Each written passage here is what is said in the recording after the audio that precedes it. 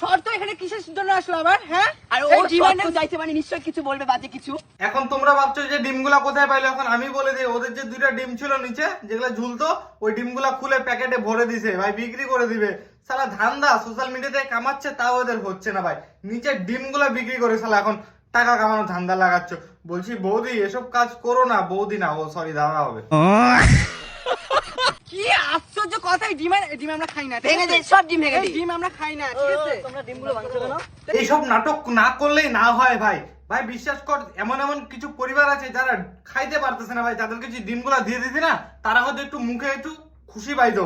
আর তোরা শালা ডিমগুলো রাস্তার মধ্যে ভাঙে দিচ্ছিস। শালা তোরা মানুষ? শালা মানুষ তো দেখে মনে হচ্ছে না। শালা দেখে তো মনে হচ্ছে ট্রেনে যে হাততালি দিয়ে বেড়ায়, শালা সেগুলা তোরা। শালা ছেলে হয়ে জন্ম নিচ্ছিস, মেয়ে হয়ে তোরা ভিডিও বানাচ্ছিস, সেটা নিয়ে বড় কথা না ভাই। কিন্তু এত এত টাকার জিনিস যে তোরা নষ্ট করতেছিস, সেটা একবার দেখ। ফলো করে পাশে দেখো, দেখো কেমন রোস্ট করি।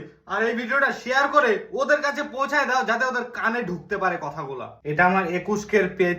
জানি না কি হয়েছে, কোনো ভিডিও আপলোড হচ্ছে না। এখন থেকে এটা আমার নতুন পেজ, এই পেজে এখন থেকে ভিডিও আপলোড হবে। সবাই এই পেজকে ফলো করো আর দেখো কেমন রোজ ভিডিও আসে পরপর।